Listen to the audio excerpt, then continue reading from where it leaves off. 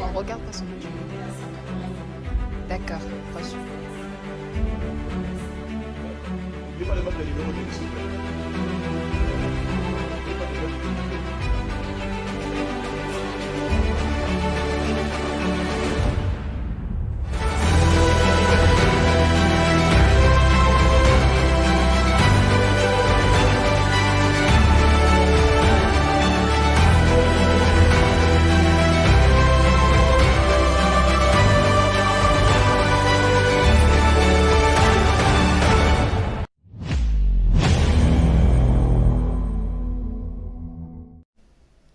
Shalom, shalom, shalom. Et oui, que la paix de notre Seigneur Jésus-Christ soit avec vous, vous fidèles téléspectateurs de Kairos, qui ne manquez aucun épisode à cause de l'onction que Dieu déverse au travers de la télévision. Et oui, nous savons que notre Dieu est un Dieu qui n'a pas de limite. Et ce n'est pas pour rien que cette émission s'appelle Kairos.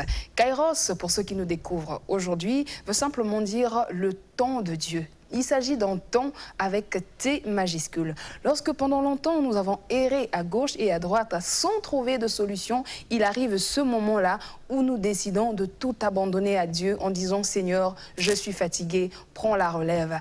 Alors c'est Kairos, notre rendez-vous de tous les lundis 17h00. Et aujourd'hui, nous sommes en direct. Kairos est une émission chrétienne de l'Assemblée chrétienne Cité du Roi des Rois. Et j'en profite pour saluer comme ça l'évêque, la première femme évêque ici en République du Congo, Madame Annie-Carmen Otumbongo Eyenga, à qui j'envoie mes sincères salutations, sans oublier tous les membres de l'Église chrétienne, l'Assemblée chrétienne Cité du Roi des Rois. Alors aujourd'hui, des éminents hommes de Dieu qui vraiment Dieu a mandaté sous l'onction de la première femme comme ça, évêque, pour venir partager avec vous et nous sur ce plateau l'onction de Dieu, pour partager les merveilles de Dieu. Non seulement les merveilles, mais les témoignages. Car pour vous, téléspectateurs, vous savez que pendant cette émission de Kairos, des choses extraordinaires se passent au travers de la télé. Les gens appellent de partout, en dehors même de la République du Congo, parce que notre Dieu est un Dieu qui n'a point de limite. Je ne suis pas seule aujourd'hui, et avec moi à ma droite, le prophète Élie. Bonjour prophète. Bonjour ma sœur. Comment allez-vous? Dieu fait grâce, merci vous. Dieu fait grâce. Avec le prophète Élie également, nous sommes accompagnés du prophète John. Bonjour prophète. Bonjour ma sœur Arlette. Prophète, on dirait aux Lukangana Luba, j'aime quand la voix la ressort. On a compris ça comme ça, voilà. Vraiment, je suis entourée des prophètes, des hommes de Dieu. Je sens que la prophétie va sortir ici. Et qui sait, peut-être pour moi ou pourquoi pas pour vous qui nous suivez en ce moment. Vous avez la possibilité d'envoyer vos SMS au 06 622 24 58. 06 622 24 58. Alors, je vais d'abord me retourner du côté du prophète John. Un mot d'entrée de jeu avant que nous entrons dans le vif du sujet. Merci beaucoup ma sœur, gloire à Dieu, et je salue vraiment nos frères et sœurs qui nous suivent maintenant en direct, que je peux les demander vraiment de rester vraiment scotchés et connectés à l'émission qui va se passer aujourd'hui, parce que l'Éternel Dieu va visiter quelqu'un dans ces mois d'octobre. Amen. Alors, aujourd'hui, nous continuons avec le thème du lundi précédent, Born to the Best. Pour nous qui apprenons l'anglais, en français, né pour être le meilleur. J'espère que c'est bien dit. Born to the Best, c'était comme ça le thème pendant la grande nuit de traversée, la nuit de prière qui s'est tenue à l'Assemblée chrétienne Cité du Roi des Rois. C'était le 4 octobre. Voilà donc notre thème d'aujourd'hui avec laquelle nous poursuivons, Born to the Best, né pour être le meilleur. Et sur ce plateau, nous avons reçu un homme mandaté, le prophète Élie, pour nous en parler un peu plus, pour ajouter par rapport au lundi passé, parce qu'une heure, ce n'est pas toujours suffisant. Et aujourd'hui, nous continuons avec le prophète Élie, Born to the Best, né pour être le meilleur. Alors, prophète Élie, excusez-moi, qu'est-ce que vous pouvez nous dire en 10-15 minutes? Bon, avant qu'on aille en 10-15 minutes, j'aimerais saluer tous nos très chers téléspectateurs Et vous qui nous suivez dans vos maisons, dans vos bureaux, de partout où vous nous suivez, nous vous saluons au nom de Jésus. Alors nous sortons droit d'une très grande nuit de prière qui a eu lieu ce vendredi 4 octobre 2024, auquel nous avions abordé, sinon introduit uniquement le thème Born to be the best, ce qui veut dire simplement né pour être le meilleur. Le meilleur. Et donc on a eu des éminents serviteurs de Dieu qui nous ont amorcé la parole de Dieu. On a vu des démonstrations de puissance, on a vu des guérisons se faire de façon miraculeuse. Et alors aujourd'hui, nous venons pour continuer la suite des choses. Parce que Dieu est un Dieu de suite. Dieu n'est pas celui qui déclenche et qui s'arrête, mais est un Dieu qui déclenche et qui achève. Amen. Donc nous partions lentement, mais sûrement vers les objectifs que Dieu a prévus pour son peuple. Et donc pour cela, nous demandons à des personnes qui nous appellent de nous écrire pour s'enregistrer afin que nous puissions prendre contact avec vous et afin de prier également pour vous. Alors ma sœur, l'un des combats majeurs de la vie d'un homme, c'est le combat de la destinée. Chose que plusieurs personnes ignorent. Aujourd'hui, on peut beau le dire, il y a des personnes qui peuvent beau dire que ce qui m'arrive doit m'arriver parce que Dieu a prévu ainsi pour moi. Or, c'est une erreur fatale que plusieurs personnes font pour accepter les événements qui se succèdent en malheur en plus qui les arrivent.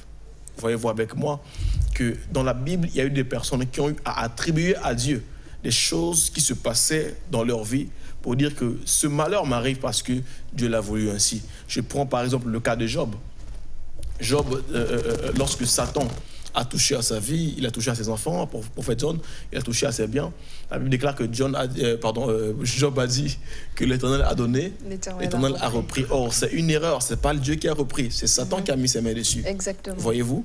Donc, nous sommes ici pour dire aux chrétiens que les choses qui vous arrivent dans la vie ont certainement une source. Alors, rien n'arrive au hasard. Si quelque chose t'arrive dans la vie, ça veut dire qu'il y a quelque chose à l'intérieur qui fait que ta destinée soit combattue. Parce que nous vivons dans un monde où personne n'est venu accompagner l'autre. Nous vivons dans un monde où personne n'est venu pour te pousser de l'avant et que tu ailles de l'avant. Nous sommes dans un monde où la chose qui te fait réveiller chez toi le matin fait également réveiller ton voisin le matin. Et donc, c'est la loi où le plus fort doit gagner. Et pour que tu puisses vaincre et que ta destinée puisse s'accomplir telle que Dieu l'a écrite, alors il y a des choses auxquelles on doit respecter, des principes sur lesquels on doit obéir et des choses qu'on doit faire. Voyez-vous? Et ici, j'aimerais m'adresser à toutes les personnes qui nous suivent, qui certainement nous voient en train de prophétiser en direct, donner les noms des gens, et leurs adresses et partout où ils habitent. Mais ça, ce n'est que des informations que nous donnions au peuple de Dieu. Ce sont des choses que nous disons pour que les gens puissent avoir la foi de croire que Dieu est capable de voir. Mais Dieu n'est pas seulement capable de voir, mais Dieu est capable de régler les situations qui détruisent des familles. Voyez-vous? Donc, lorsqu'on parle de la parole de connaissance ou la prophétie qui vous révèle les choses dont vous ne connaissez pas, c'est en fait le fait de vous inviter à une conscience et à la recherche d'une délivrance. De vous inviter à une conscience, voilà. Exactement. Donc, c'est une façon de réveiller votre conscience afin que vous cherchiez le Dieu qui doit vous accorder la délivrance. Alors, j'aimerais lire avec vous quelques passages bibliques afin que nous puissions rentrer dans le vif du sujet. Nous lisons avec vous, prophète. Si le prophète John est avec moi, on peut aller dans le livre de Ézéchiel, chapitre 10, comme nous l'avions abordé récemment. Ézéchiel, chapitre 10, le verset 4 au verset 7. Ézéchiel, chapitre 10. Oui. Du verset 4 au verset 7. Du verset 4 au verset 7. Jusqu'au verset 7. Exactement. Je lis dans le nom du Seigneur Jésus-Christ. Amen. La gloire de l'Éternel s'éleva de dessus le chérubin. Yes. Et se dirigea vers... Excuse-moi, pardon pas. Oui. C'est Ecclésiaste, donc pour moi. Ecclésiaste, oui. Ok.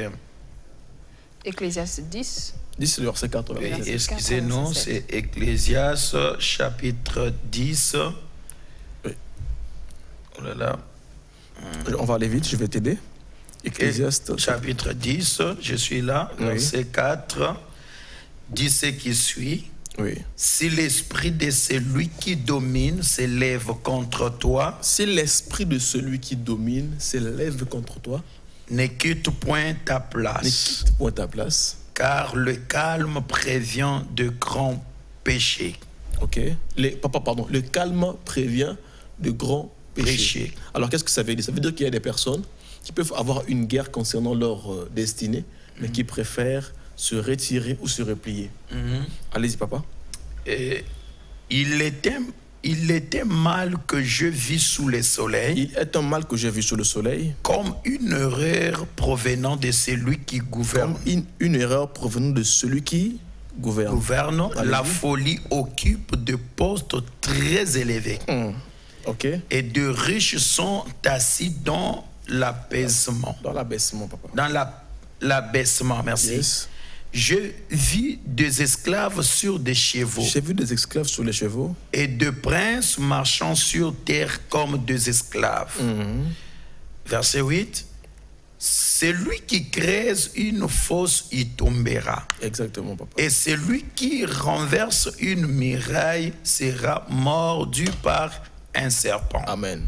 Je lis avec vous Jérémie chapitre 4, Jérémie chapitre 1er, le verset 4 au verset 10. La Bible déclare ceci, ma sœur. La parole de l'Éternel me fut adressée en ces mots. Avant que je t'eusse formé dans le ventre de ta mère, je te connaissais. Et avant que tu ne fusses sorti de son sang, je t'avais consacré et je t'avais établi prophète des nations. J'ai répondu, ah Seigneur éternel, voici je ne sais point parler, car je suis un enfant. Et l'Éternel me dit, ne dis pas, je suis un enfant, car tu iras vers tous ceux auprès de qui je t'enverrai, et tu diras tout ce que je t'ordonnerai. Ne les crains point, car je suis avec toi pour te délivrer, dit l'Éternel. Et le verset, le chapitre 20, au verset 18. Alors la Bible déclare ceci. Pourquoi suis-je sorti du sein maternel pour voir la souffrance et la douleur et pour consumer mes jours dans la honte? Alléluia. Amen. Alors, voyez-vous avec moi, il s'agit ici d'un homme qu'on appelle par Jérémie le prophète. À la naissance, sinon au début de la jeunesse de cet homme de Dieu, la Bible déclare que Dieu l'a appelé et lui a dit qu'il était un prophète des nations. Et en étant un prophète des nations, si on lit la suite des Écritures, vous verrez qu'il y a une mission précise que Dieu donne à Jérémie et il lui dit, et tu iras auprès de ceux par qui je t'enverrai. Et il dit encore que je t'ai appelé pour que tu abattes, pour que tu renverses et pour que tu relèves. Donc, en quelque sorte, ça veut dire que la mission que Jérémie avait en naissant par sa mère était le fait qu'il était prophète des nations. Mais quand Dieu lui dit ces choses, Dieu ne lui dit pas comment est-ce qu'il doit se comporter, quels sont les combats qu'il aura autour de son ministère ou encore de sa destinée. Et il est surpris par des événements de malheur qui lui arrivent. Et ainsi, l'homme qui écrit le livre de Jérémie va également écrire le livre de Lamentation, auquel il était en train de se lamenter à Dieu pour dire que pourquoi sa souffrance est-elle continuelle. Alors, un homme qui a reçu la parole de l'Éternel peut-il encore avoir une vie qui soit dans la souffrance?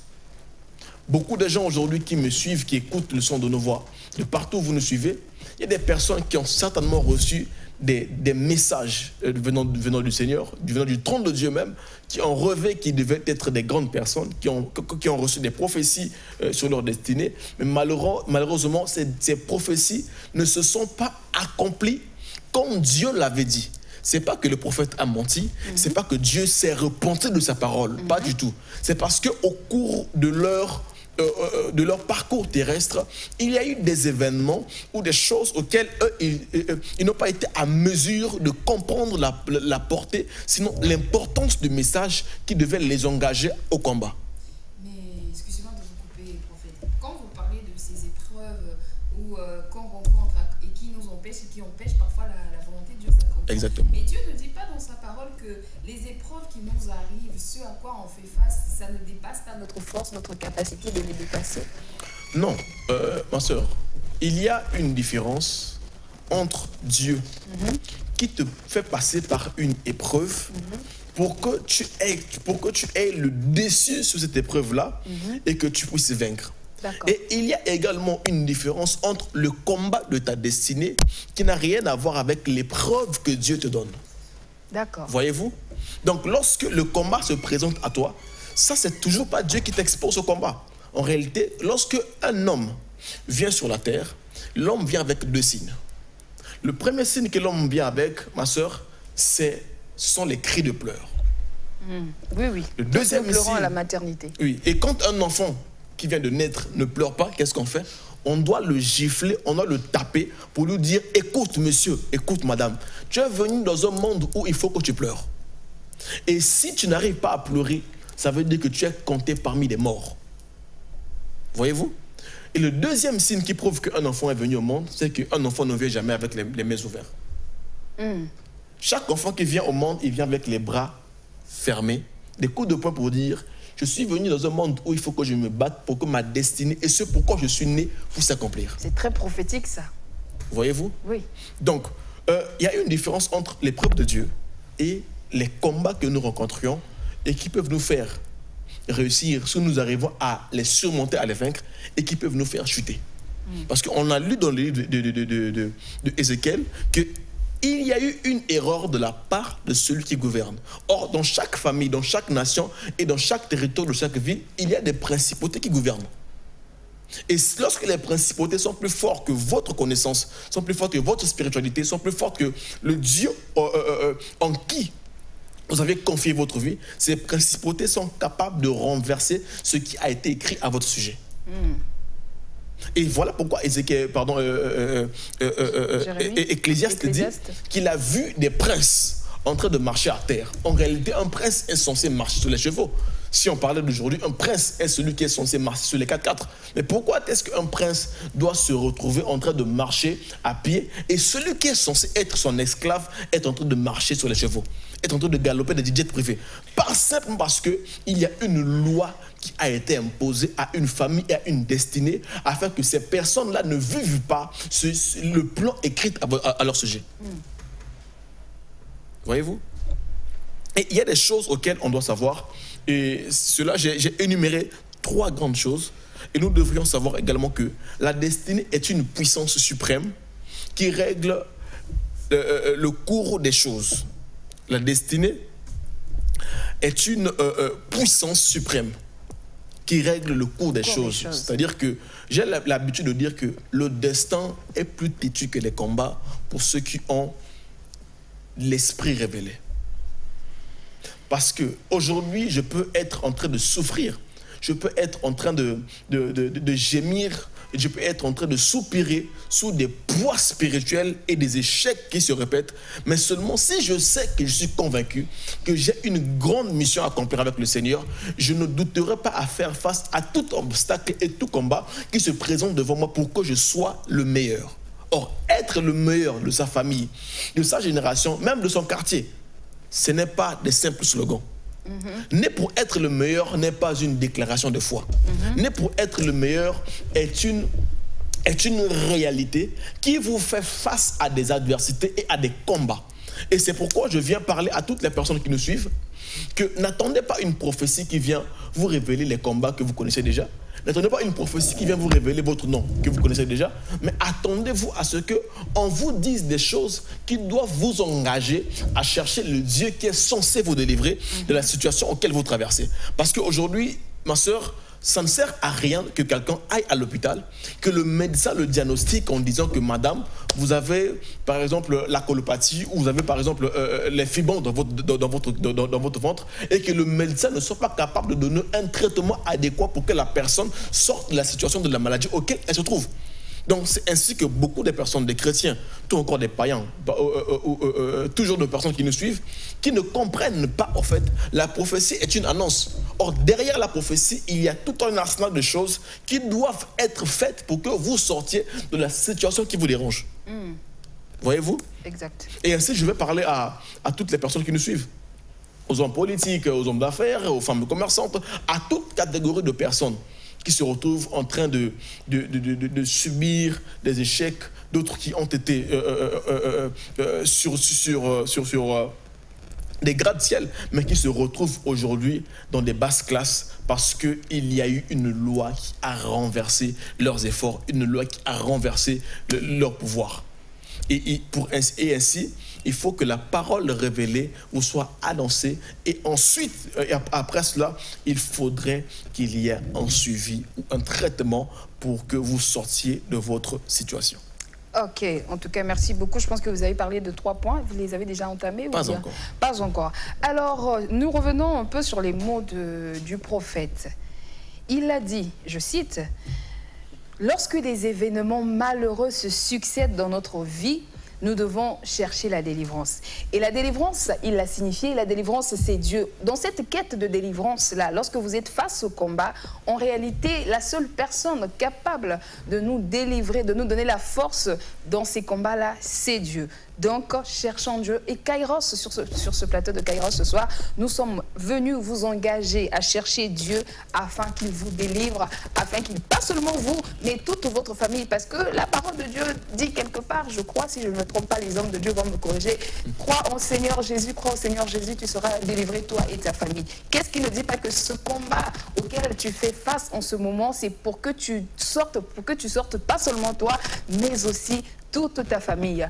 Envoyez vos SMS au 06 622 24 58.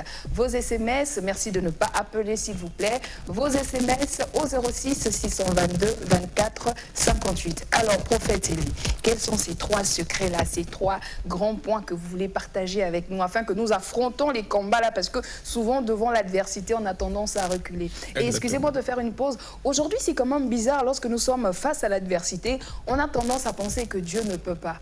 Et les gens, ce genre de personnes-là, souvent ont tendance à aller chercher la délivrance du mauvais côté. Face à des problèmes, à des combats tellement grands, on se met à réfléchir et on dit « Oh, donc nous avons malheureusement pris la mauvaise habitude de limiter Dieu. Mais bon, vous êtes là pour nous expliquer encore plus. Prophète Élie, quels sont ces 3 points? Dites-nous en plus. Alors, avant d'amorcer les 3 points, oui, j'aimerais d'abord répondre à ce que vous avez eu à dire, que les gens qui pensent que Dieu est limité et que Dieu ne peut pas agir, sinon Dieu ne peut pas rentrer dans leur combat. Alors, Jésus a dit une chose à la croix de Golgotha. Avant de monter à la croix de Golgotha, il a dit une chose durant son parcours ministériel sur la terre. Il dit: celui qui veut me suivre, qu'il se charge de sa croix et qu'il me suive. C'est-à-dire, celui qui veut me suivre, qu'il se charge de sa croix et qu'il me suive. Or, beaucoup de gens préfèrent suivre Jésus, mais ne sont pas capables de porter leur propre croix en suivant le Seigneur. Voyez-vous? Et c'est là qui fait que beaucoup de gens sont rentrés dans les eaux des baptêmes. Ils ont accepté le Seigneur en croyant que tout allait devenir rose pour eux. Malheureusement. Or, malheureusement, cela n'est pas le cas. Parce que quand vous naissez de nouveau, c'est votre esprit qui est régénéré. Le corps et le sang restent le même. Voyez-vous? Et le combat sur la chair, c'est au niveau de votre sang. C'est au niveau de votre corps. Voyez? Et porter votre croix veut simplement dire ceci. Jésus à la croix, il a accompli pour lui. La Bible déclare que tout est accompli. Donc la mission que lui, il était venu sur la terre, il l'a accompli. Et c'est déjà fini. Et maintenant, c'est à nous de prendre la responsabilité de ce qui nous revient de droit. C'est à nous maintenant de porter notre croix et d'aller jusqu'au bord de Calvaire et payer le prix pour que notre famille sorte de la situation auquel elle se trouve. Mais attendez, prophète, vous dites que Jésus est venu, il a accompli sa mission. Oui. C'est quand même assez étrange parce que nous, lorsque nous acceptons le Seigneur Jésus, on nous dit que voilà, nos péchés sont pardonnés. Et merci de nous expliquer parce que je ne comprends pas comment vous dites, sur la croix, il a tout accompli pour lui. Mais nous autres là qui l'avons accepté, les téléspectateurs qui l'ont accepté, parce qu'on nous dit que lorsqu'on a accepté Jésus, on nous dit que bon, voilà, on se dit qu'il va nous donner le travail par la prière, il va ouvrir les portes. Mais vous, encore sur ce plateau, vous venez dire qu'il a accompli pour lui. Mais non, pour nous autres, là, qui va accomplir. Ok. Très belle question. Les téléspectateurs et moi aussi, nous voulons savoir qui va accomplir pour nous là. Très belle question. Regardez, ma soeur. À la croix de Golgotha, il y a eu un homme qui a inauguré la grâce. C'est un voleur. Voyez-vous? C'est le voleur qui a inauguré la grâce sur la croix de Golgotha.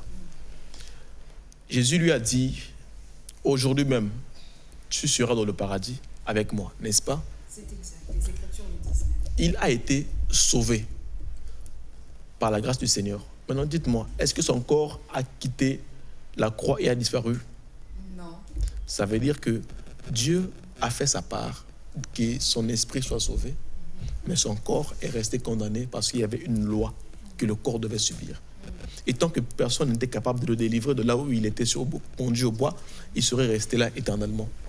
Donc, ainsi pour vous dire que Jésus à la croix a accompli ce que les prophètes ont annoncé à son sujet.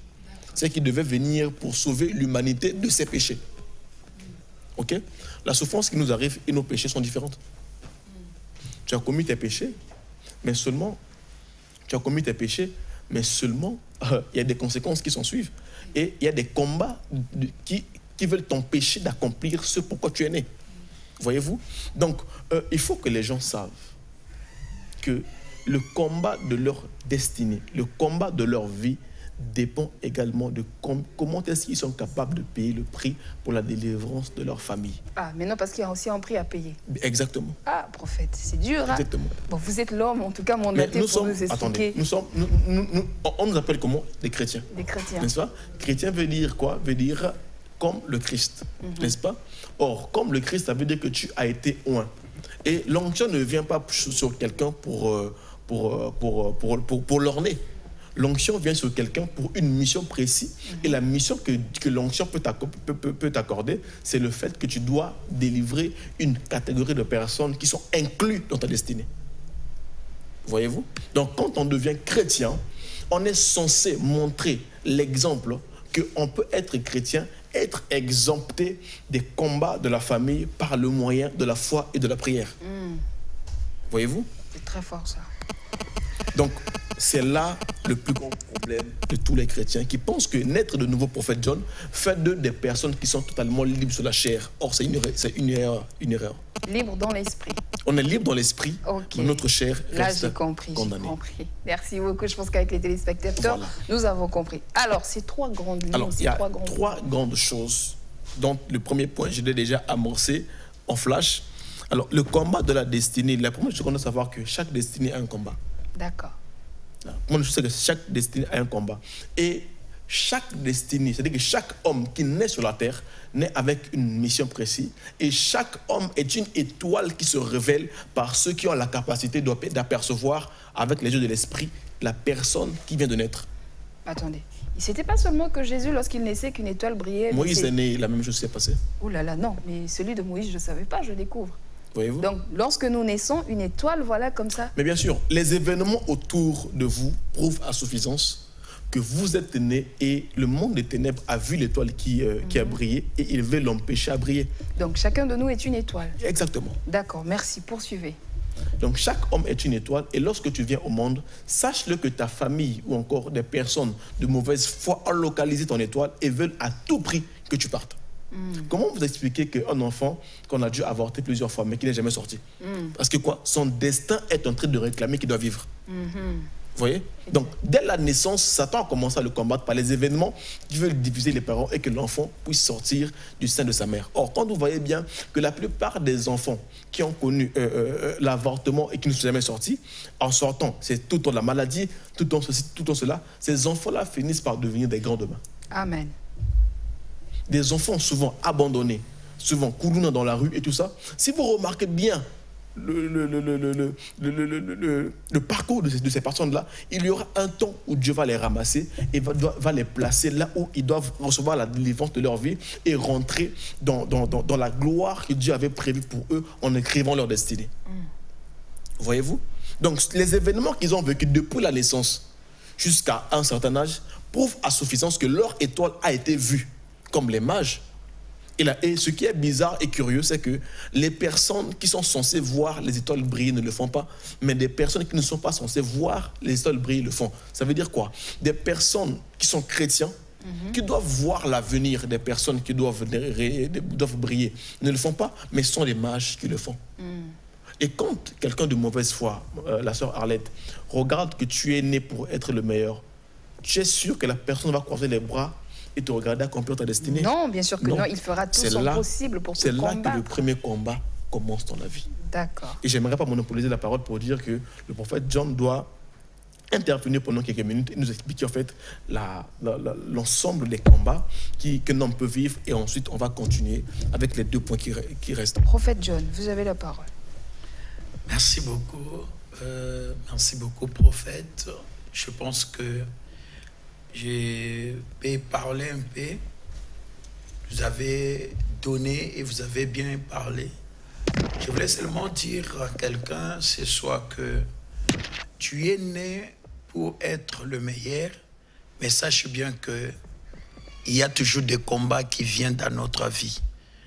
Parce que Dieu, dans le livre de Jérémie, verset 29, je pense, la parole de Dieu dit, le projet que j'ai formé pour toi, c'est un projet de bonheur.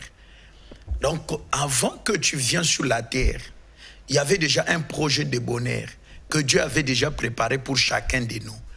Mais quand nous naissons dans une famille, nous trouvons des lois établies. Nous trouvons des combats. Alors, ces combats-là peuvent bloquer ta destinée. Ces combats et des lois établies, ça peut faire quoi? Ça peut se transformer à un hôtel qui peut s'opposer à ta destinée. Écoutez-moi, bien-aimés.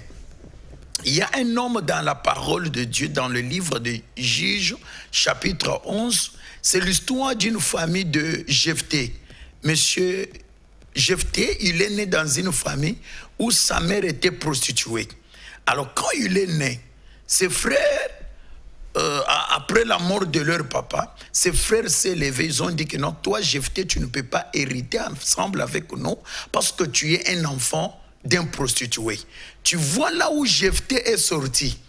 Jephthé était innocent. Jephthé, il avait une destinée. Il était une étoile.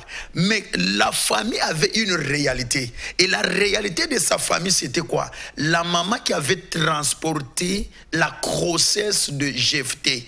Et la qualification de sa maman, qui était prostituée, est collée à la vie de Jephthé.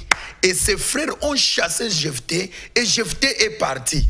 Or, dans le calendrier prophétique de Dieu, Jephthé avait une destinée glorieuse. Je voulais dire à quelqu'un ce soir, tu es né pour être le meilleur. Ne te décourage pas, ne désespère pas. Mais il y a un combat que tu peux affronter. Parce que la parole me dit, Dieu, il a déjà préparé de bonnes choses pour nous. Et après un bout de temps, le même gens qui avaient rejeté Jephthé, ils sont partis chercher Jephthé. Et ils ont dit quoi? Viens, tu seras notre chef. Et Jephthé, il est devenu juge en Israël. Parce que sa destinée était glorieuse et grande.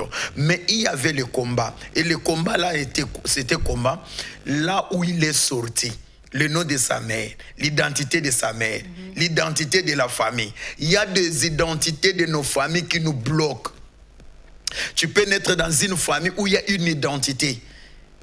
Une identité et avec des lois établies. Et que dans cette famille, personne ne peut se marier. Personne ne peut travailler. Mais dans le plan de Dieu, il y a de bonnes choses que Dieu avait déjà préparées pour toi.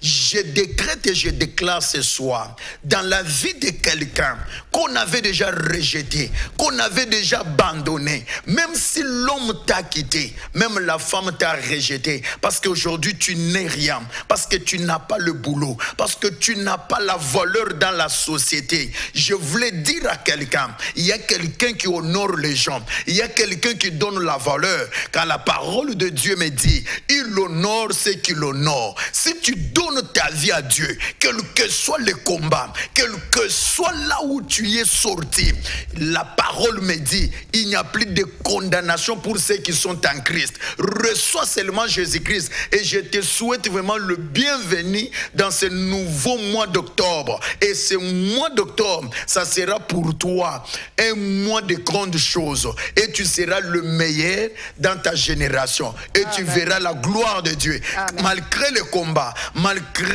l'opposition, mais l'opposition changera en soumission dans ta vie. Au nom du Seigneur Jésus-Christ, je viens de prier. Amen. Amen. Amen. Et l'opposition se changera en soumission. Alors, prophète Élie, en 5 minutes seulement, dites-nous donc ces 2 grandes choses que vous nous cachez tant. J'aimerais répondre sur ce que la femme. Il ne nous reste plus beaucoup de temps. À la fin, je le sais très bien. L'opposition se changera en soumission. Alléluia. Amen. Amen.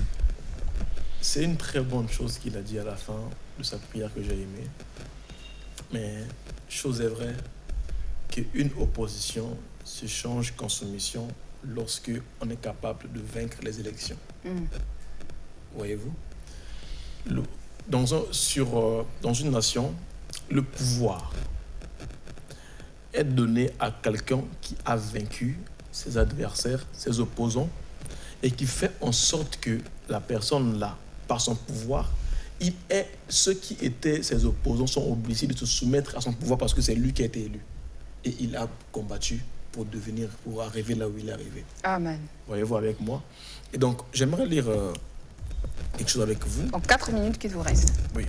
Alors, il y a quelque chose que j'aimerais comprendre, et sinon de vous dire, c'est que cet homme a dit qu'il a vu des hommes qui sont censés être des esclaves marcher sur les chevaux et les princes marcher à terre.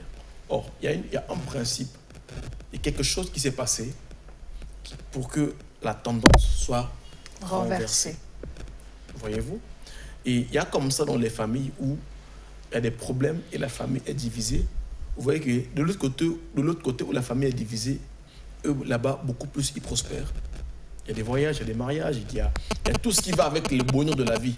Mais de l'autre côté, pourtant c'était la même famille, mais de l'autre côté, c'est le chagrin. Ce sont des pleurs, c'est la pauvreté, c'est la misère, c'est le Seigneur. Pourquoi? Parce que ceux qui ont causé le changement ou encore la séparation de la famille savent le pourquoi. D'autres sont pauvres et d'autres doivent être riches. Vous êtes là avec moi? Je suis là. Donc, avec vous. Quand cet homme-là a dit que des princes marchent à terre et des esclaves sont en train de galoper sur les chevaux, c'est pour dire qu'il y a quelque chose de spirituel qui a fait que vous vous retrouviez dans cette situation. Et c'est pour ça que je vous annonce que demain, mardi, à partir de 10h, nous avions une consultation prophétique. Et cette consultation ne réside pas seulement à vous annoncer, à vous dire des choses qu'on doit vous dire, mais également à vous dire ce que vous devriez faire pour que vous reveniez sur les rails de votre destinée auquel le diable vous a déjà écarté. Cette consultation, elle est gratuite ou elle est payante? Elle est gratuite. Merci beaucoup. La consultation, elle est gratuite. Nous n'allons pas manquer. Alors, vous n'avez rien à payer pour, en 2 minutes qui vous restent. Viennent me voir. Et la troisième des choses que vous devriez savoir, c'est que dans chaque famille, il y a une loi. Dans chaque famille, dans chaque famille de la terre, il y a une loi. Chaque famille de la terre, depuis la Bible jusqu'à aujourd'hui. Voilà. Depuis la Genèse jusqu'à Depuis la Genèse de la Bible jusqu'à l'Apocalypse. Ok. Et jusqu'à nos jours, chaque famille de la terre a une loi. Et ceux qui sont capables de se lever et de vaincre la loi sont ceux-là qui sont capables de porter avec eux la gloire, sinon la réussite de leur destinée. Et chaque destinée, je vous ai dit qu'elle naît sous une loi. Et la loi peut être familiale, peut être territoriale, peut être nationale, peut être sectorielle. Oui. Voyez-vous? Et par exemple, vous allez partir dans chaque quartier, vous allez voir que chaque quartier a une manière ou une certaine façon de voir les choses. Chaque quartier a une mentalité. Exactement. Ça veut dire que ce sont des lois qui sont établies dans ce quartier-là. Et un jour, j'ai fait un tour à Talangaï et j'ai vu sur toute une ruelle de personnes, tout le monde se réveille le matin pour jouer Angola. Wow. Pour jouer, comment vous appelez ça, Ludo, dame. Ludo et dame, tout ça. Et ça passe toute une journée comme ça. Voyez-vous? J'aimerais annoncer demain que nous avions une consultation prophétique. Et pour ce, j'aimerais répondre d'abord à cet appel qui sonne dans mon téléphone. Il n'a que 30 secondes. 30 secondes. Bonjour. Bonjour. Allô? Bonjour, merci de vous présenter. Allô? Bonjour, madame. Bonjour, papa. Soyez béni. Papa, tout ça en direct, tout ça, moi, je la télé. Non, mon tonazo, benga, papa, na vraiment sérieusement malade. Oza malade. Papa. Oza malade. Naza malade, sérieusement malade. Naza un problème à ma colo, mon Congo, estomac, colopathie. D'accord. D'accord, madame. Comment ça s'appelle? Est-ce que vous avez commémoré lobby dans l'église de bon de la Pona? Parce que dans mon vision, j'ai vu comme dans mon la tombe. Hein? Dans mon la salle tombe. Et puis, Bakoumi Clarisse. Comme on a Clarisse. Voilà. Donc, il y a un esprit de mort qui s'est levé contre toi pour arrêter le processus de ta vie. Donc, si c'est possible que demain, quand on mène à l'église, j'ai consultation avec le prophète John à partir de 10h. Et à partir de 10h, nous allons prier pour vous et Dieu va faire grâce. Amen, papa. Que Dieu vous bénisse abondamment. D'accord. L'église est en face du port de ATC Ampila. Pour tous ceux qui nous écoutent, en face du port de ATC Ampila. L'église du roi de roi en face du port de ATC Ampila. Merci beaucoup. Dieu bénisse. D'accord, en tout cas, merci beaucoup. Et malheureusement, prophète Élie, malheureusement, prophète John, c'est la fin, nous atterrissons. Mais vous pouvez toujours nous joindre après l'émission au 06 622 24 58. J'ai mes 5 minutes encore. Je suis désolée, mais le temps a été contre nous. Non, vous n'avez plus vos 5 minutes. J'ai encore mes 5 minutes. L'adresse de l'église, ne vous en faites pas. Donc, après l'émission, appelez-nous au 06 622 24 58. Et aujourd'hui, sur ce plateau de Kairos, nous sommes venus pour vous inviter à examiner votre vie. Lorsque vous constatez qu'il y a une succession d'épreuves malheureuses, nous vous invitons à chercher Dieu. Et c'est avec Dieu que vous allez vaincre tous ces combats. Amen. Nous vous disons au revoir et à très bientôt sur cette même chaîne à la même heure. Au revoir.